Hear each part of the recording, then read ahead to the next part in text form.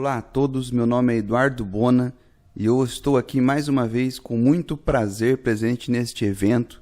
E hoje o assunto, que eu trago para vocês para este ano é a Web 3.5, que a gente chama como a Web da Inovação.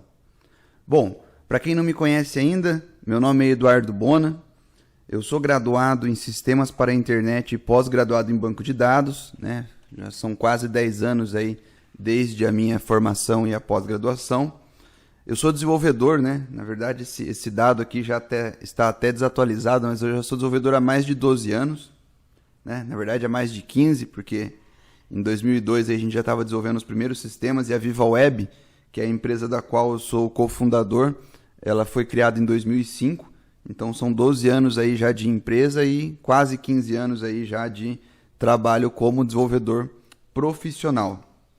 Além disso, eu sou coordenador e professor também de pós-graduação numa instituição de ensino aqui de Maringá, a Unicesumar, e professor também na modalidade à distância para alguns cursos de graduação. Então, eu tenho como profissão principal a de empresário, e diretor de tecnologia aqui da empresa, dessas duas empresas, a VivaWeb e o VivaIntra, e digamos assim que nas horas vagas eu costumo repassar um pouco de conhecimento com as aulas, que é uma coisa que eu gosto muito. Acredito que se vocês tiverem uma próxima oportunidade para participar como palestrante, fazer algum painel, fazer algum assunto nesse sentido, é muito importante para a evolução da carreira de qualquer desenvolvedor ou qualquer profissional na área de TI. Tem muito a ver com esse assunto que a gente vai falar hoje, que é a mudança de alguns paradigmas, mudança de algumas formas como este conteúdo, este tipo de assunto tem mexido com a vida de todo profissional e as empresas de web principalmente. Então a questão de participar de eventos, palestrar, fazer grupos de estudo, isso daí é uma coisa muito importante, tá? Eu participei com uma palestra sobre Caindo na Real. Se vocês quiserem depois saber um pouco mais sobre esse assunto, tem o meu canal do YouTube, eu disponibilizei esse vídeo há algum tempo. E eu falo sobre a questão do Caindo na Real, o Getting Real. Já é um assunto que mexe muito, certo? Com essa nova web que a gente está falando, que eu vou tratar sobre ela hoje. E os objetivos, desta palestra de hoje especificamente é o seguinte: mostrar para vocês, a questão das webs de nossas vidas e o futuro. Eu não sei a idade de vocês em média, Se fosse um evento presencial, eu faria agora aquela velha pergunta, Levanta a mão quem nasceu a partir dos anos 80 até anos 90, levanta agora a mão quem nasceu entre 90 e 2000 e levanta a mão quem nasceu após 2000.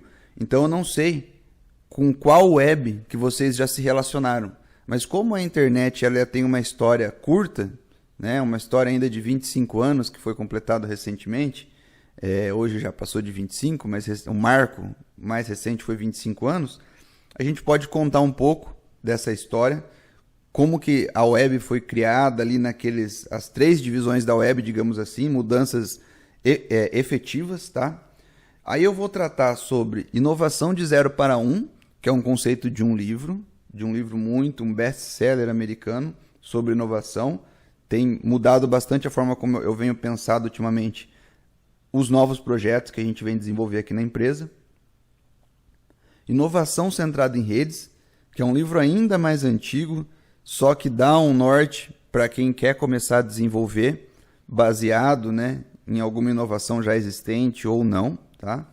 E, finalmente, a Sociedade 2.0 e o consumo colaborativo, que são, digamos assim, temas cotidianos. Hoje, quando a gente vai criar, a cada 10 startups que nascem aí, 8 tem um viés de economia criativa, economia colaborativa e assim por diante. Isso tudo em virtude dessa sociedade 2.0 que mudou muito.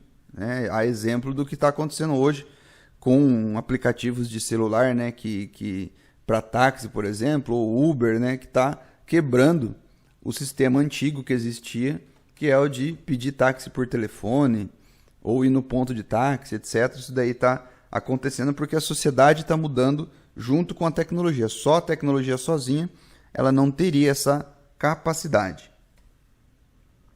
Bom, esse daqui é o case 1, tá? Em 2005, essa foto foi tirada na sala de aula da minha faculdade. Ali a gente tinha os celulares de todos os alunos, inclusive um dos celulares é de um professor. Então, isso daqui era 2005, né? Quem imaginaria que 12 anos depois a gente estaria aqui hoje com outro tipo, né, de evolução, uma evolução tão considerável em 10 anos. A gente tinha já alguns celulares de flip na época, né? Mas isso era só digamos assim, do playboyzinho da nossa turma. Ele era o único que tinha um celular de flip. O meu aqui, no caso, é o segundo da esquerda para a direita, né? Um Motorola que tinha um X ali, né? Na verdade, não era um Motorola, era um Siemens, né? Que tinha um X ali. Então, isso daqui foi o que me manteve por um tempo, né? Até ele, infelizmente, cair do terceiro andar, quebrar. E sobreviveu até, mas durou 3 dias só. Hoje em dia, né? Uma queda da cama já quebra o celular, né? Esse daqui durou 3 andares na época que ele caiu, mas depois, alguns dias depois, ele quebrou em definitivo. Mas isso era 2005, né? O que isso representa? Quando a gente fala de web, a gente tem na cabeça, tá, o termo Web 2.0. Esse termo ele foi apresentado pelo Tim Riley em 2004, tá? Então, num desses grandes eventos que a editora dele proporcionava na época, hoje eu acho que esse evento não existe mais, mas tinha uma importância tão grande quanto o evento TED hoje, né? Aquelas palestras TED que ficam disponíveis para assistir. Esse evento aqui era anual e em 2004, então ele tratou da Web 2.0, que era uma mudança que a web estava. Então, quem criou os termos Web 2.0 e depois essa variação que veio, né, várias webs, foi esse cara em 2004, apesar da internet já existir há muito tempo antes. Então, a gente vem para histórias e os fatos, né? Porque o que aconteceu? Não existia Web 1.0, existia a internet. E aí, quando nesse evento foi tratado sobre o tema Web 2.0, primeiro, o que aconteceu? Popularizou-se o tema Web 2.0, então digamos assim, o pessoal de TI gosta de uma palavrinha diferente, né? Gosta de uma versão, então foi começado a tratar sobre essa versão 2.0, né? Uma nova etapa da internet, etc, etc, etc. E aí ficou definido que o quê? A partir daquele momento, aplicações que fossem naquele sentido histórico ali, né, naquele sentido de evolução daquela época, seriam Web 2.0, e as que existissem até então naquela época era Web 1.0. Então, a Web 1.0 ela não existiu, né? Ela passou a existir já a partir do momento da criação da Web 2.0, e aí já morreu. E daí, logo em seguida, não passou muito tempo, já fizeram uma previsão do que viria a ser a Web 3.0. Então, assim, foi tudo muito em seguida, não teve uma ordem para ir acontecendo, né? Esperou-se alguns anos e tal, não. Eles criaram a Web 2.0, mataram a Web 1.0 e logo em seguida já fizeram uma previsão para a Web 3.0. Um exemplo disso é se a gente usar a ferramenta do Google, né, para fazer o Google Trends ali das buscas, vocês vão ver que houve o pico mesmo de busca sobre o termo Web 2.0 foi ali, ó, conforme vocês podem ver no gráfico, né? No ano de 2007, por aí, foi o pico, né? Mas a gente pode já tratar 2006, entre 2006 e 2007, como o aumento considerável desse assunto. E se você pegar os demais termos, né, Web 3.0, por exemplo, ou 1.0, nem tem buscas relacionadas a esses termos quase. Então, o que existiu de fato mesmo foi a Web 2.0, né, cunhada nessa época pelo Tim O'Reilly em 2004. Bom, esse slide aqui representa o que eu imagino sobre essa web, né? Cada um vê o que quer, tá? Então, eu vou mostrar para vocês a forma como eu vejo elas. Por isso que o nome da palestra é Web 3.5, porque se você procurar por Web 3.5, ela não existe, né? Você não acha referências além da minha palestra sobre a Web 3.5. Só que cada um agora, a partir de agora, define em que época que está, né? Eu acredito que, dado a forma como os aplicativos estão funcionando hoje, né? Esse mundo de aplicativos, mundo de APIs e etc., a gente tenha uma web entre a 3 e a 4, tá? Então eu vou mostrar a forma como eu vejo a web. Bom, essa daqui é a web 1.0, tá? A web do modem, né? De discagem, dos pulsos, de quem usava após a meia-noite para pagar apenas uma discagem, sites muito limitados, né? Nessa época não existia ainda o CSS como a gente vê hoje, então os sites, quando não eram criados dessa forma, né? Bem simples, eram diagramados em tabelas, né? Do HTML, era uma coisa horrível. Quem não teve a oportunidade de trabalhar nessa época, já reserve um tempo da sua oração hoje para agradecer por você não ter participado dessa época, porque foram épocas tenebrosas, tá? Códigos gigantes, coisas horríveis aconteciam nessa época. Isso daqui era o que a gente chama das trevas da internet, tá? Então os sites eram feios, difíceis de fazer, a conexão era muito lenta, mas muito lenta, para vocês terem uma ideia, era 56K a conexão, então não tinha como fazer milagre, tá? Nessa época tudo era muito complicado, e o que basicamente tinha eram sites como o Yahoo, alguns pequenos sites, poucas pessoas detinham o conhecimento e tecnologia para a criação de domínios e enfim, então era uma coisa muito perversa aqui, tá? Em 2004, então, quando já o Tim O'Reilly começou a falar da Web 2.0, a gente tem como melhor exemplo aqui dessa época o Orkut, né? Foi uma rede social, todo mundo, tem gente ainda que tem saudade dela hoje em dia, né? Mudou muita coisa, tá? Essa questão do Orkut e de outras aplicações que vieram nessa época, pegaram o cenário e viraram ele de ponta cabeça. Então é muito importante ter essa ideia da Web 2.0. E aqui eu já tenho um modem, se eu não me engano esse modem aqui é 300 e 600K, né? Nessa época a internet já melhorou um pouquinho, razoavelmente, e a gente já podia acessar. Nessa época começou alguns portais da cidade, aqueles que tiravam fotos na balada, né? Esse tipo de site começou a ganhar importância. Alguns sites de notícia, né? Alguns pioneiros aí de sites de notícia, locais, né? Já existia o UOL e tal, mas locais, o pessoal começou a criar coisa, e essa é a Web 2.0 aqui, de fato, marcou a história, tá? E aqui eu faço uma brincadeira aí, né? A Web 3.0 para mim já é essa daqui, né? Que começa a partir do Wi-Fi e dos smartphones. Para mim essa é uma divisão clara da Web 3.0, não é só minha, mas é uma opinião de vários especialistas, que essa web começa a partir dos smartphones, né? Não tem outra virada para esse tipo de aplicação. Então, a Web 3.0 começaria, na visão de muitos, a partir do Wi-Fi, né? Já não existe mais negócio de modem, etc., né? O usuário só se conecta no Wi-Fi, e dos aplicativos, ou seja, a questão da disponibilidade aí das aplicações estarem ao seu alcance na palma da mão. Isso daí seria a Web 3.0. Então, um resuminho aqui dessas três webs. A gente tem a Web 1.0, informação, né? Muita informação. Na época eram sites de conteúdo, sites de busca, né?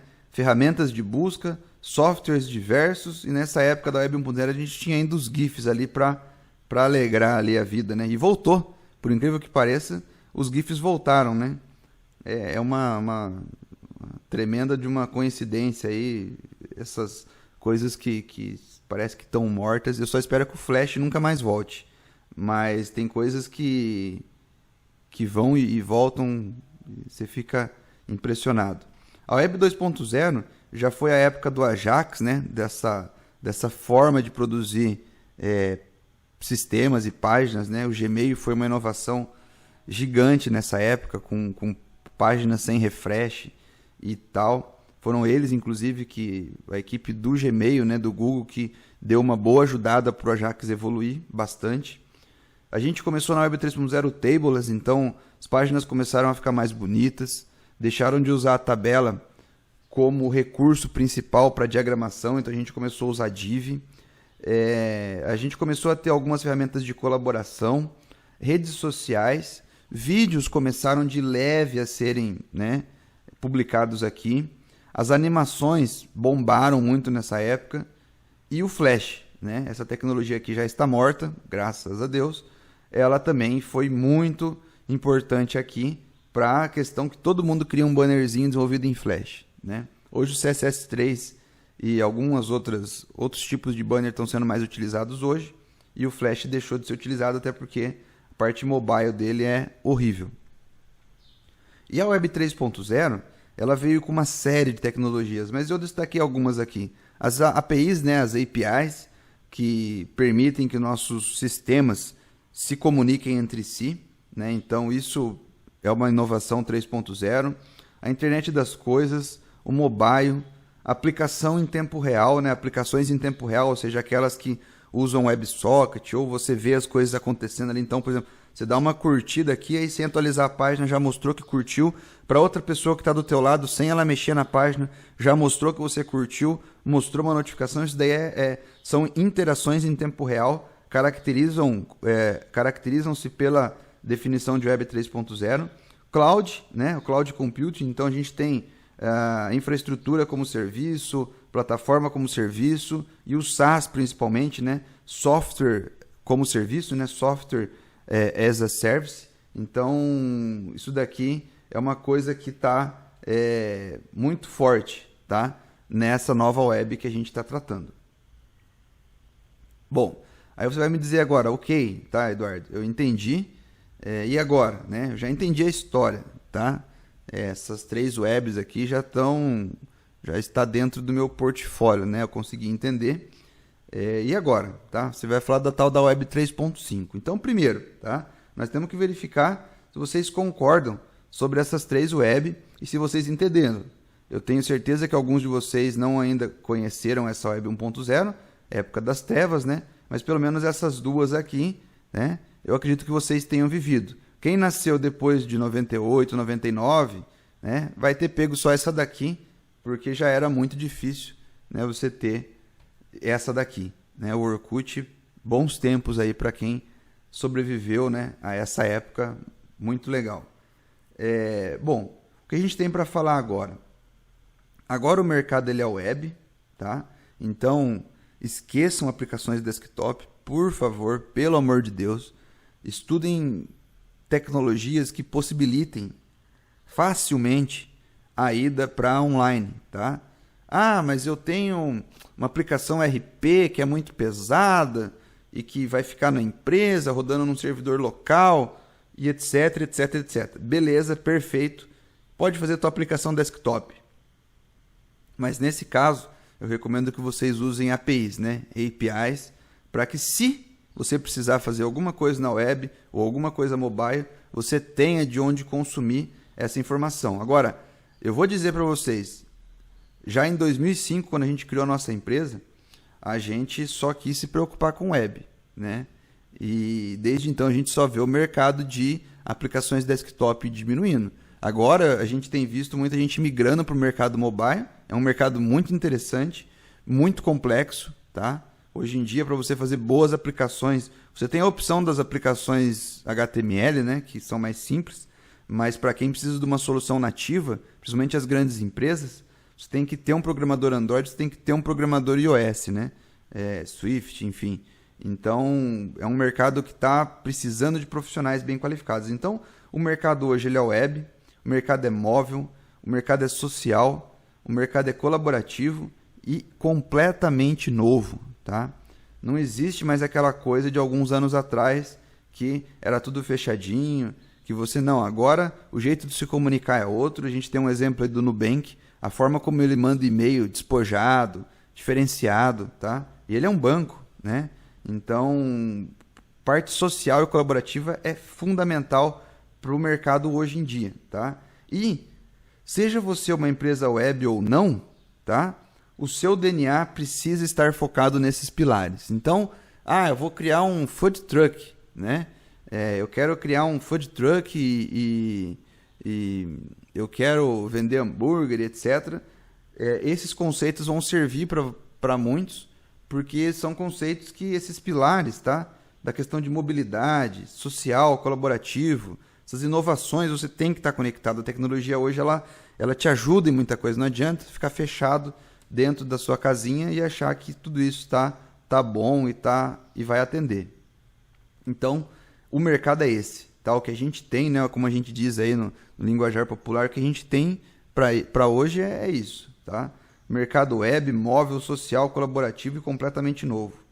Bom, então para comprovar, né, para a gente poder sinalizar que o caminho para essa nova web, né, é um caminho totalmente diferente, eu separei duas pessoas aqui, né, ou duas empresas para falarem algumas coisas. A primeira frase é uma frase que me marcou bastante desde o momento que eu assisti essa palestra no TED Talk, né, do Jeff Bezos, que é o CEO da Amazon, né? Inclusive, recentemente chegou a se tornar o homem mais rico do mundo, mas por algumas horas só. Daqui a pouco o Bill Gates voltou, mas para mim, nesse caso, não teria problema ser o segundo ou terceiro mais rico do mundo, né? Estaria bem tranquilo. Ele é um cara que tem uma empresa que é a Amazon, que é totalmente voltada para a parte monetária, né? Então a Amazon não perde dinheiro onde entra. Então isso é uma coisa que marca muito a Amazon no meu ponto de vista. E ele diz que a web é a nova energia elétrica, né? Então ele já estava marcando ali que a web está mudando de verdade, né? Então, ou seja, tendo mais um marco. E ele cita ali, faz uma analogia com a energia elétrica, porque não sei se todos conhecem a história da energia elétrica, né? Inicialmente a energia elétrica ela foi criada só para fins de iluminação, né? Então a ideia da energia elétrica era só iluminar. E para tanto foi necessário primeiro que se criasse uma infraestrutura, né? Então a rede elétrica teve que ser criada, ruas foram cortadas, né? E assim por diante para passar toda essa infraestrutura. Depois as casas tiveram também que se adaptar, né? Não só o Estado teve que se adaptar, mas as casas tiveram que se adaptar também. Mas inicialmente ela foi construída só para iluminação, até que alguns inventores começaram a partir da energia elétrica, criar os eletrodomésticos, né? Também deixo aqui uma dúvida, né? Uma curiosidade, vocês sabem qual foi o primeiro eletrodoméstico criado? Acredito que vocês vão dar os chutes aí de vocês, né? Vou dar uns 10 segundinhos para vocês pensarem, mas é engraçado que o primeiro eletrodoméstico, os primeiros que foram criados, como não existia tomada, né, eles usavam uma extensão que se conectava ao bocal da iluminação. E isso foi durante muito tempo, até que as casas, de novo, elas tiveram que se adaptar. Então, e aí, a partir daí, ele fala que a web é a nova energia elétrica, porque a partir de uma coisa que foi criada para um objetivo, que acabou sendo usado para 3, 4 fins, uma indústria se criou, né? Então, vamos pensar o que a energia elétrica criou, né, nos últimos 50 anos, as oportunidades que ela teve. E ele fala que a web é justamente isso, tá? Então é uma frase muito marcante, gostaria que vocês pensassem muito em relação a isso. E com relação ao eletrodoméstico, pelo menos no que foi apontado, o primeiro foi o ferro. Uma outra frase também que me chama muita atenção é no livro, né, no Google A Biografia, que é um livro muito bem escrito por um jornalista que teve sempre muito acesso no Google. Ele escreve que os criadores do Google, né, eles têm uma frase que é o seguinte, que nós temos uma vantagem incrível, porque somos uma empresa que nasceu da web e nunca fez outra coisa. Então, quando ele pergunta para o Google qual a diferença dele para os concorrentes, né, ele explica que ele começou numa época que era diferente, porque eles só faziam coisas web e eles nunca fizeram outra coisa. Aí você pode falar assim, mas se for assim, por que fizeram o Google Chrome então, né? Porque não é web e tal. É bem interessante esse livro, porque também conta a história um pouco de cada produto. E do Google Chrome, por mais que vocês possam achar que não e tal, o Google diz que o objetivo principal do Google Chrome foi porque eles chegaram à conclusão de que a internet estava muito lenta e parte disso era em razão dos navegadores estarem lentos e fizeram uma conta lá que eles chegavam a perder milhões por dia por causa da lentidão de navegador, porque o Google ganha na publicidade. Então, se a publicidade demora um pouco mais para aparecer, aí isso complica mais a vida deles. Então, eles criaram o Google Chrome por isso. Então, tentaram fortalecer até outros navegadores e tal. Às vezes você perguntava por que o Google tem o Google Chrome, mas ajuda o Firefox também. Eles precisam que todos os navegadores sejam rápidos. Então, eles precisavam dar esse pontapé. No começo, o Google Chrome foi uma coisa que se destacou demais, né? Hoje em dia, já está havendo uma divisão melhor, mas o Google Chrome chegou a dominar o mercado. Então, o Google fala que a vantagem dele para os concorrentes é que eles já nasceram web. Então, é mais uma empresa aí totalmente focada nessa nova web e em criar ferramentas para web. O Google não tem versão desktop para o Google Docs. Usa só o Google Docs da versão online. Então, é uma coisa que a gente tem que refletir bastante. Então, são as duas frases que eu trouxe aí para vocês. A do Jeff Bezos é uma palestra no TED Talk. Quem depois quiser me adicionar no Facebook, tá, eu passo o link, né? Peço até que vocês me adicionem no Facebook e no LinkedIn. E o do Google é um livro, tá? Se vocês puderem comprar, chama Google A Biografia. Bom, agora sobre a questão de inovação, né? O mercado web, a gente já sabe que ele responde mais rápido que qualquer outro mercado, né? E tudo está sendo inovado, seja na área técnica, na área de infra, na área comercial, na área de marketing e qualquer outra. Então não é só para quem é técnico aqui, né? Aqui está havendo uma mudança para todo o público. Aqui eu separei 5 livros, que 3 deles vão ser usados a partir de agora para a gente finalizar esse assunto, mas livros que me fizeram refletir bastante, né? O primeiro chama Novos Negócios no Brasil, Silvio Meira, né? Um cara que se destaca aqui no Brasil por esse tipo de material, do Recife, né? Lá do Porto Digital. E ele é um palestrante muito conhecido e o livro é dele, né? Então, um livro brasileiro aí para a gente poder, né, também degustar um pouco de informação. Ele fala muito sobre a sociedade, né? Não tanto sobre a web, mas sobre a sociedade, como que está mudando. Tem um outro livro um pouquinho mais antigo, Cérebro Global, de uns indianos, né, que moram nos Estados Unidos. É muito bom, a gente vai falar dele. A Inovação, né, a Arte de Steve Jobs também é um livro legal. Para quem já leu a biografia do Steve Jobs, muita coisa aqui é repetida. Mas para quem não leu a biografia, esse livro aqui poderia ser o pontapé inicial, porque quem escreve, ele escreve muito bem alguns pontos e pode ser muito bem aproveitado esse material. O outro livro, do Peter Thiel, de 0 a 1, esse livro é extraordinário, a gente vai falar dele aqui também, então a gente vai falar dos novos negócios, vai falar do Cérebro Global e vai falar de 0 a 1. E por fim, O que é Meu é Seu, esse livro aqui fala de economia criativa, mostra vários exemplos, então para vocês que estão buscando aí uma oportunidade, pesquisando se já existe, se já não existe, em que mercado que se encaixa, esse livro aqui ajuda demais. De 0 para 1, vou falar de 3 temas aqui que o livro aborda, que é muito interessante, que o primeiro é o progresso horizontal e o vertical, o segundo é o conceito de 0 para 1, e o terceiro é uma coisa bem interessante, que é a estratégia do último. Isso daqui pode servir para muita gente, tá? Ou pode dar um recado para outros também que não são os últimos. Progresso horizontal é o seguinte, sempre a gente espera, né, que o progresso vai assumir 2 formas. Uma horizontal, ou seja, extensivo, ele vai ficando mais gordo, né? Ou vertical, intensivo, que ele vai ficando mais alto. Então, pegando essa analogia, o primeiro caso, né, ele vai de 1 a n. E o segundo, ele vai de 0 a 1. Então, o que acontece? Quando você está falando de progresso horizontal, você só está adicionando recursos. Então, você fala, acabei de fazer uma inovação, mas já é num produto que já existe. Então, você está horizontalmente progredindo a sua ideia, né? Então, você só está acoplando mais um recurso, fazendo mais uma alteração e assim por diante.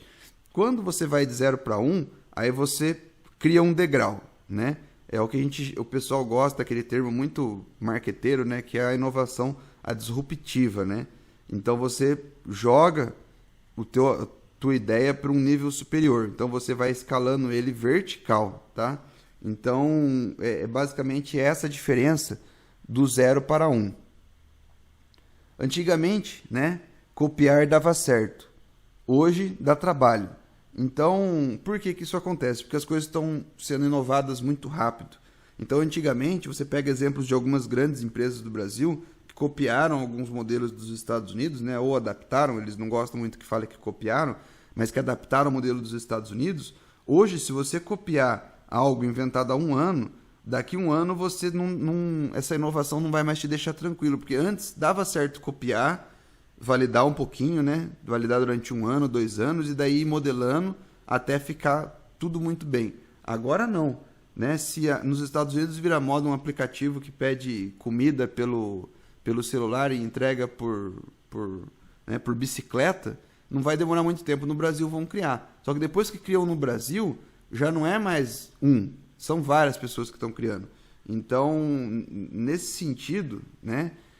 Quem vai inovar a partir de agora em progresso horizontal, ou seja, copiando e colando alguns modelos, ou achando que aquilo lá, uma vez feito, vai dar conta, ele vai ter duas alternativas, né? Ou ele vai quebrar muito rápido, ou ele vai ficar desenvolvendo ou dando essa inovação, essa manutenção da inovação durante muito tempo, porque não vai parar. Isso não vai deixar ninguém sossegado. Então, o conceito de 1 para N é o seguinte: você faz avanços graduais, você permanece enxuto e flexível, você melhora com base na concorrência. Então, e também você concentra-se nos produtos, não nas vendas. Então, quando a gente fala desse conceito de 1 para N, que é o normal, né, você vai melhorando o teu produto aos poucos, você permanece pequeno, né, enxuto e flexível, você melhora sempre com base na concorrência. Então, você não vai fazer uma inovação porque você achou interessante para o teu negócio. Você não vai ficar buscando inovação toda hora. Você não vai ficar querendo mudar. Por que eu vou mudar um negócio que está dando certo? E você se concentra nos produtos, não nas vendas. Esse é o 1 para N. Enquanto 0 para 1, ele vai pensar assim: é melhor eu arriscar com ousadia do que com a trivialidade. Então ele leva muito essa máxima a sério. Você vai sempre estar arriscando para evoluir. Um plano ruim é melhor que nenhum plano. Então é um pensamento bem de startup mesmo, de disparar, de melhorar, evolução contínua, né? E uma ideia aqui importante é o seguinte: mercados competitivos, eles destroem os lucros, né?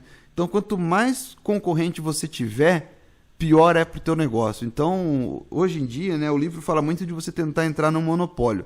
É difícil, venhamos e convenhamos, no Brasil, você entrar num monopólio, né? Você conseguir desenvolver um negócio que é monopólio.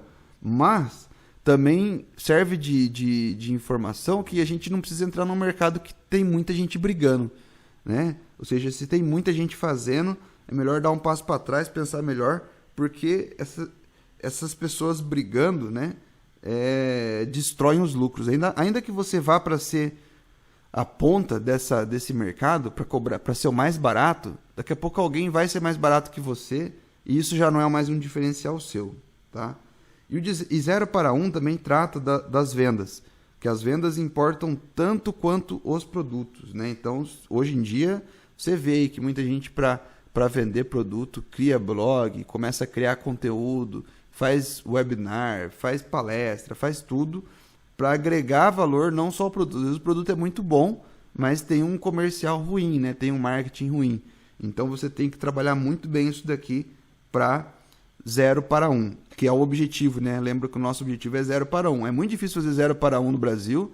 A gente tem alguns exemplos mais recentes, né? O Nubank fez 0 para 1, algumas empresas têm feito. É muito difícil, mas aí tem um terceiro item aqui que é bem importante, que é o seguinte: a estratégia do último. Todo mundo fala que ser último é ruim, né? Outros falam que o último serão os primeiros. O fato é que ser o primeiro sai muito caro, tá? Pegar o próprio exemplo do Nubank. O Nubank é de 0 para 1. Bem legal, tal, muito sucesso. Agora, imagina quanto deve ter sido difícil eles terem sido os primeiros, né? Então, ser pioneiro sai muito caro mesmo. Então você vai entrar num mercado novo, você tem que explicar, o Nubank teve que explicar que ele era confiável, que ele era todo digital, etc. Que ele tinha aquela versão mais descontraída, mais despojada de atendimento. E aí depois aquilo começou a virar a marca deles, né? E aí a partir daí todo mundo conhece muito bem a história. Então, ser pioneiro sai muito caro. Então não vale a pena ser o pioneiro se você é pequeno. Agora, se você começar dominando nichos pequenos, tá? Ou seja, uma cidade, um bairro, um estado, uma região, aí depois você vai escalar, né, rumo à visão de longo prazo. Essa é uma técnica muito boa, porque você tem que ter monopólio nesses lugares, né? Então, se você está entrando com um negócio na tua cidade você não tem monopólio, é um ponto a ser verificado. Você precisa adquirir monopólio e ir aos poucos, tá? Dominando. E, na maioria dos cenários, é melhor ser o último e ter uma receita futura, tá? Porque os últimos, né, no momento certo, vão poder ter uma vantagem competitiva. Agora, veja, eu falo em último, né? Eu até deixo um lembrete ali, né? O último no momento certo, né? Porque não adianta ser o último no momento errado. Também como não adianta ser o primeiro no momento errado, né? Mas o último no momento errado é o pior dos mundos, né? Você vai começar hoje a fazer um negócio de compras coletivas. Beleza, você é o último, mas passou a onda, né? Essa onda já era. Tá mudando agora, tá numa outra onda. Então você tem que saber identificar se isso é assim mesmo, tá? E também essa questão vai te garantir uma receita futura muito boa. E a questão de sair na frente não é um problema, tá? Desde que seja uma tática e não uma meta. Muita gente fica buscando essa ideia de ser o primeiro, eu quero ser o primeiro, eu quero ser o primeiro, etc. O seu primeiro sai muito caro e ele não chega a ser um problema, mas ele pode ser desde que você não esteja trabalhando para que isso seja uma meta, e sim apenas uma tática, né, uma estratégia do seu produto. E aí, né, um grande mestre em xadrez, ele escreveu ali, né, que você precisa estudar até o fim do jogo antes de qualquer coisa, né? Aliás, você precisa estudar o fim do jogo. Então, um bom jogador de xadrez, ele sabe exatamente aonde que é o fim do jogo, e aí, a partir dali, ele já está tudo estudado para fazer as táticas dele, né? No começo do jogo, está todo mundo muito bem posicionado, ou defensivo, ou ao ataque, né? Mas no final do jogo, você tem que saber identificar o final do jogo, aonde que é o final do jogo do mercado. E aí você vai conseguir. Lógico que isso é muito difícil, mas é uma ideia muito legal para a estratégia do último, tá? Com relação aos novos negócios, que já é o livro do Silvio Meira, ele destaca aqui o seguinte: em que sociedade e economia estamos, afinal? Você vai conseguir criar um produto ou um serviço? E quem é o seu consumidor? Tá? Então ele fala muito da sociedade e do consumidor. Então ele chama a sociedade de 2.0, uma sociedade do conhecimento, informação e serviços. Então é uma sociedade muito diferenciada essa. Tá? Recentemente eu estava até brincando que uma das coisas que eu mais odeio no WhatsApp é que ele foi feito muito rápido. E os mais velhos ainda têm uma dificuldade imensa de lidar com ele, porque é cartão de memória que chega no limite, é a tia que quer bloquear não sei quem e você precisa ajudar. Então a sociedade nova, todo mundo já pega o WhatsApp e sabe mexer nele. Agora, para o pessoal mais antigo que está entrando agora, é um produto ainda, apesar de simples, mas muito complexo para alguns, porque ele foi feito meio, né, escalou muito rápido.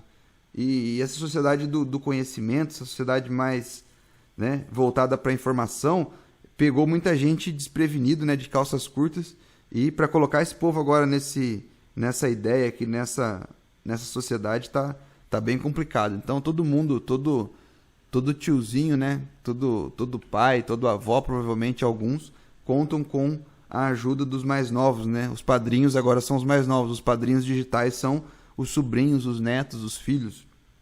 Então, hoje em dia, tá, conhecimento é cultura, e neste contexto a cultura ela transmite, né, um meio de transmissão da informação. Então, todo mundo está conectado na informação, apesar que tem nem todas as informações são importantes, né? Mas o que importa é conhecimento. Então, imagina que o que eu estou dizendo aqui é o seguinte: você tem um grupo lá da família, e esse grupo transmite dados, né? Transmite informação. Se ela é válida ou não, aí fica a critério de cada um definir. No caso das minhas, não, né? Mas a minha como exemplo, né? 10 mensagens sem sentido e uma que vale a pena ler. Mas, para quem está dentro daquele grupo, aquele conhecimento acaba virando cultura. Se você não participa do grupo, você parece que não participa da rede, né? Você não participa da vida das pessoas. Você não é ninguém, né? Se você não está naquele grupo. Então, se você também está naquele grupo, mas não posta mensagem, nada, você também... Ah, você lembra do Eduardo? Ah, eu não. Tá lá no grupo. Ah, nunca vi ele postando. Então, o convívio passou a ser dentro, né, dessa sociedade que transmite informação. E a cultura passou a ser isso.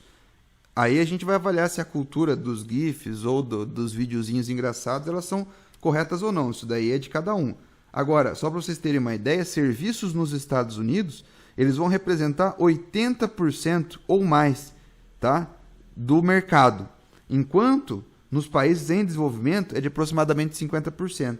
Então hoje a gente vê um movimento muito forte de gente fazendo hambúrguer caseiro, lanche caseiro, de gente indo atender unha, cabelo na casa das clientes. Tá? A gente fala, putz, isso daí é porque todo mundo ficou desempregado, está sem o que fazer. Na verdade não, tá? Isso é porque os países desenvolvimentos eles estão começando a se adaptar a esse novo mercado que imagina que nos Estados Unidos 80% do mercado é voltado a serviços. Então, tem muita coisa acontecendo. Então, não assustem-se, tá? Essas vendedoras de marcas, de perfumes, etc., é uma coisa normal que está acontecendo. Só não pode cair na furada, né, dessas pessoas que vendem, né, pirâmide, né? Aí pode ser qualquer coisa, isso daí não é serviço, isso daí é bobagem. Tá? Então tome muito cuidado com relação também a essas pessoas, porque elas se aproveitam da sociedade 2.0 para dizer que todo mundo é empreendedor e etc., para poder também fazer pessoas caírem em golpes. Então a informação, o conhecimento e os serviços, eles serão centrais nessa sociedade por muito tempo, tá? Então pode ficar tranquilo que você e teu filho e teu neto vão viver durante muito tempo nessa sociedade do conhecimento e simplicidade está na moda e a tendência é ser fácil, social e móvel. Isso tá junto ali com o que a gente conversou anteriormente, mas eu gostaria que vocês tentassem memorizar isso. A tendência é ser fácil, social e móvel. Então, o melhor exemplo disso é o Nubank, né? Ele é simples de tudo, ele tem uma questão social porque ele trata você de uma forma diferente, tá? Os e-mails dele são totalmente diferentes e eles são móveis. Então, onde você está, o Nubank está lá trabalhando com você. Então, isso é o que está na moda, tá? É o que é a tendência. Então, o que é a tendência a gente tem que seguir. A gente não pode ir contra. Então, hoje, qualquer sistema, qualquer pitch que eu vá participar como jurado, que eu veja que o sistema não é fácil, que o sistema não tem nada social, né? Ele não interage com o usuário, nada. É seco, é rígido, e ele não é móvel, ali tem algum problema a ser verificado e provavelmente na minha nota já vai cair um pouco o conceito. E a questão de produtos ou serviços, a maioria dos produtos ou serviços passaram a estar em rede, quase tudo é serviço e são coisas que têm vida própria. Então a gente fala da questão de escalabilidade, né? Então, quando você transforma uma coisa em serviço, mas em serviço escalável, aquilo começa a ter vida própria. Então, quem inventa um aplicativo, né, de entrega de comida, aquilo lá dá um trabalho no começo, depois aquele trabalho vai melhorando, o próprio trabalho desenvolvido, até que aquilo lá começa a ter vida própria. E é nesse momento que o produto, né, o serviço, ele começa a ficar interessante. Agora, veja, se você, hoje em dia, tá, não falta serviço, né? Não falta pessoas querendo, vou dar um exemplo aqui do meu mercado, site. Não falta gente querendo desenvolver site novo. Só que cada site é um projeto diferente e dá um trabalho danado fazer, né? Então, se você for entrar para esse segmento, sendo um freelancer, sendo uma empresa, você não vai ter algo escalável. Agora, se você desenvolve alguma coisa que é um serviço de desenvolvimento de sites, ou seja, que você consegue aproveitar, que seja 60% e só precisa trabalhar 40%, aí você tem uma coisa que vai começar a ter vida própria, tá? E por fim, o consumidor, né?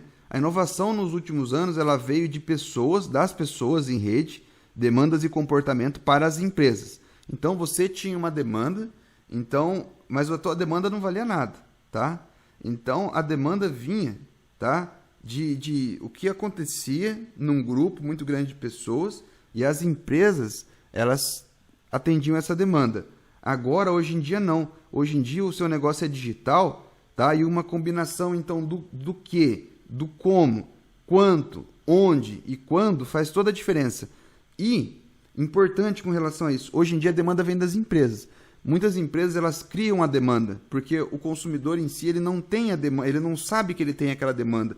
Então, ele não vai esperar a demanda acontecer. As empresas verificam que aquela demanda existe, vão lá e criam alguma coisa, tá? Então, é assim que a inovação está acontecendo hoje. E você precisa saber, então, se o seu negócio é digital, você tem que saber que é uma combinação de várias coisas. Então, do que, né? O que é o teu negócio?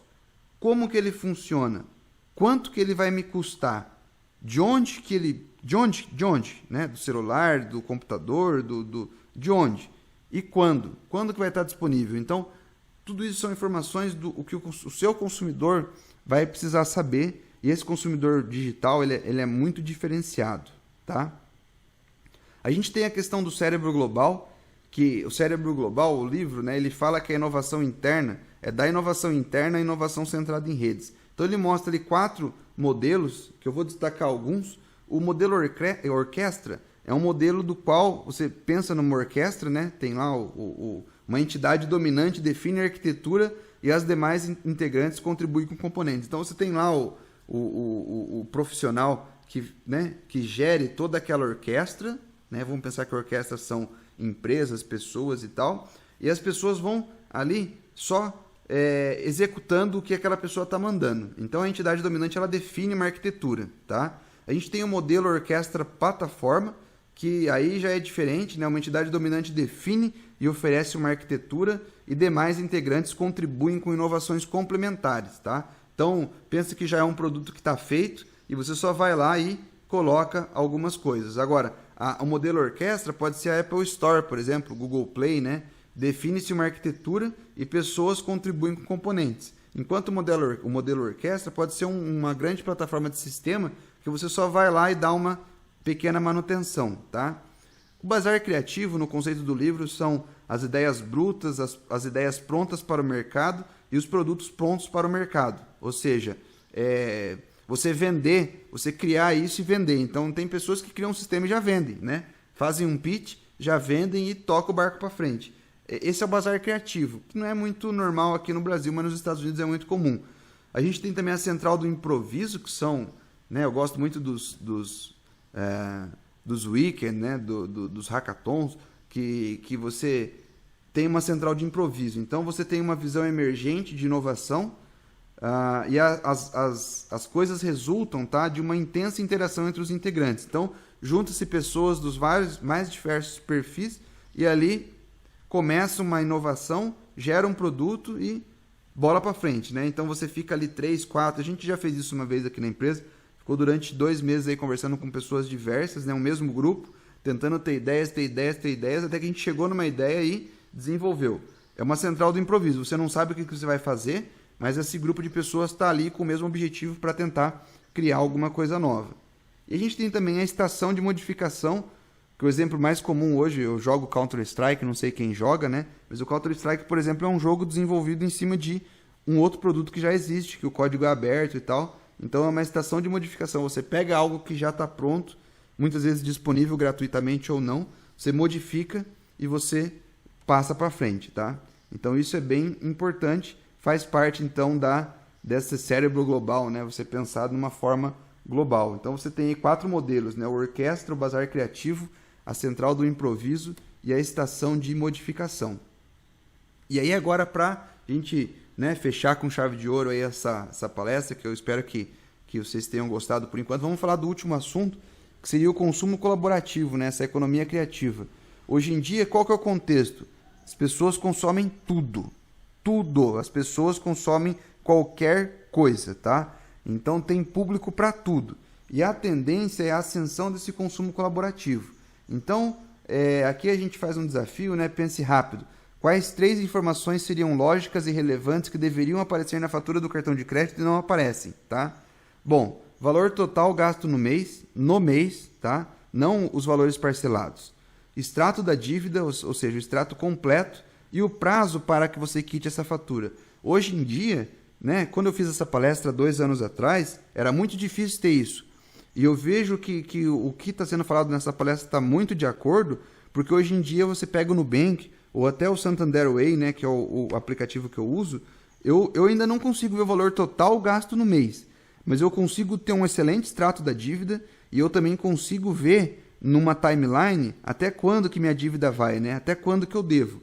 Agora, o valor total gasto no mês e o valor da minha dívida, quanto que eu devo para esse cartão de crédito para matar ele, eu hoje não tenho ainda, tá?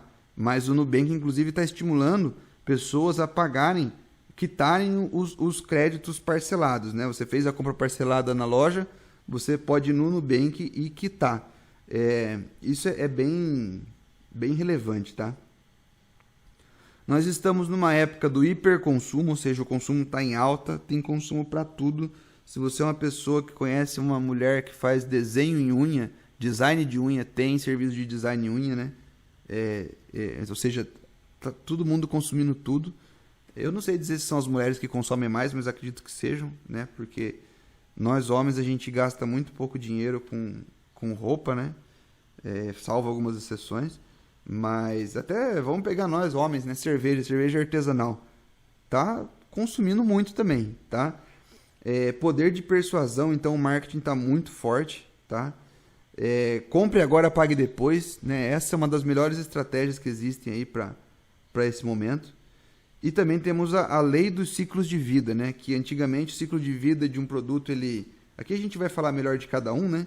Mas o consumo colaborativo, os sistemas de consumos, né, estão sendo criados, os sistemas de serviços de produtos também estão sendo criados, então são 2 tipos de sistemas que apoiam, né, quem quer desenvolver esse tipo de sistema.